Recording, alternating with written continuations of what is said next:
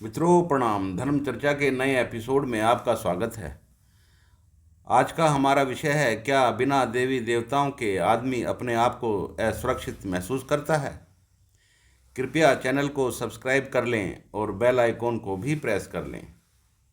मित्रों, इस प्रकृति में मनुष्य को छोड़कर ऐसा कोई प्राणी नहीं जो अपनी सुरक्षा या अपनी इच्छा पूर्ति के लिए अपने लिए किसी देवी देवता की पूजा करता हो, या जिन्होंने अपने लिए सुरक्षा का कोई ऐसा सहारा तैयार किया हो जो उनकी रक्षा करे।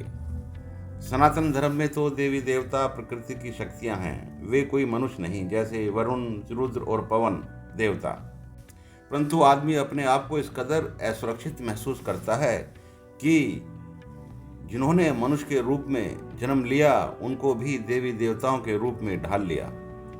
कौन देवता होगा और कौन देवी होगी, यह भी आदमी ही तय करता है। और कौन देवता कौन सी मनोकामना पूरी करेगा, यह भी आदमी ही तय करता है। एक प्रकार से आदमी ने देवी देवताओं को भी अपनी संस्कृति में ढाल लिया है कि पैसा दो, लालच दो और अपना काम करवाओ। हर युग में देवताओं की संस्कृति आदमी की संस्कृति के हिसाब से बदल जाती है। कभी जो भगवानों में आस्था और विश्वास रहा होगा, आज वह बदलकर एक मनोकामना पूरी करने वाली शक्ति में बदल गया है। इससे आदमी की चालाकी ही पता चलती है। असल में जैसी आदमी की जरूरतें होती हैं, वह उसी तरह का कार्य भगवानों और देवताओं से करवाने लगता है। यह आदमी का ज्ञान है या अज्ञान, इस विषय में तो हर व्यक्ति का अपना विचार होगा। परंतु यह बात तो सच है कि आदमी को छोड़कर सभी प्राणी अपने स्वभाव में आते हैं और अपने स्वभाव में ही चले जाते हैं। ना तो उनका कोई भगवान होता है, ना कोई देवता, ना उनकी कोई मनोकामना होती है। प्रकृति ने जो संस्कृति उनको दी, उसी संस्कृति में वे आते हैं और अपना जीवन जी करके चले जाते हैं। प्रकृति को भी उनसे कोई खतरा नहीं होता। परंतु मनुष्य के संदर्भ में बिल्कुल अलग ही संस्कृति है। न वह अपने स्वभाव में जीता है और न वह किसी को जीने देता है।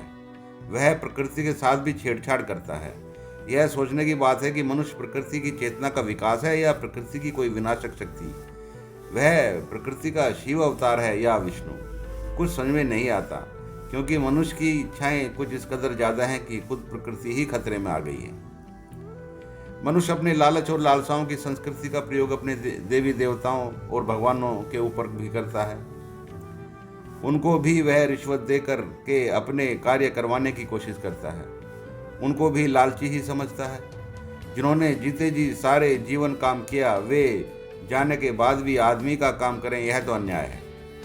क्या देवताओं के बिना व्यक्ति स्वयं को इतना बेबस महसूस करता है कि जो चले गए हैं उनसे भी वह अपने कार्य संपन्न करवाने की उम्मीद करता है, और जो जिंदा है वे बेबस होकर उनकी ओर देखते रहते हैं। इस संस्कृति का पोषण आदमी की चेतना का विकास है या कोई बीमारी है, यह तो विचारणीय है। आदमी ने अपनी इच्छाओं की पूर्ति के चक्कर में इस प्रकृति के प्रति इतना दुर्व्यवहार किया है कि ऊपर बैठे हुए देवता भी परेशान हो रहे होंगे। आदमी इस कदर प्रकृति के शोषण में लगा हुआ है कि प्रकृति भी परेशान होगी कि इस जैसे प्राणी का निर्माण क्यों किया। यह खुद तो सुकून में रहता ही नहीं, दूसरे प्राणियों का भी जीवन नष्ट कर रहा है, पेड़ पौधे और जंगलों को भी नष्ट कर रहा है। आदमी की मनोवृत्ति प्रकृति के लिए कुछ इस कदर खतरनाक हो गई है कि प्रकृति का अस्तित्व ही खतरे में आ गया है, और उसके खुद के साथ साथ दूसरे प्राणियों का जीवन भी खतरे में आ गया है। आदमी ने नए विकास के नाम पर ईश्वर की बनाई हुई इस प्रकृति और उसके प्राणियों का भी जीवन खतरे में डाल दिया है। मनुष्य को छोड़कर और किसी प्राणी में ऐसी मनोकामना नहीं कि पृथ्वी और इस प्रकृति पर कब्जा करे। दूसरे प्राणी तो जितना उनके पास होता है उसी में संतुष्ट हो जाते हैं, परंतु आदमी के पास जितना होता है वह उससे और अधिक पाने की कोशिश करता है। मित्रों, मनुष्य तो प्रकृति के लिए एक बहुत बड़ी समस्या बन गया है। आदमी तो प्रकृति की बनाई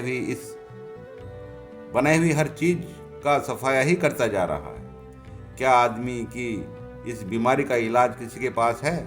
मनुष्य को यह समझ में नहीं आता कि प्रकृति की सुरक्षा करना धर्म है या प्रकृति को उजाड़ना धर्म है। धन्यवाद।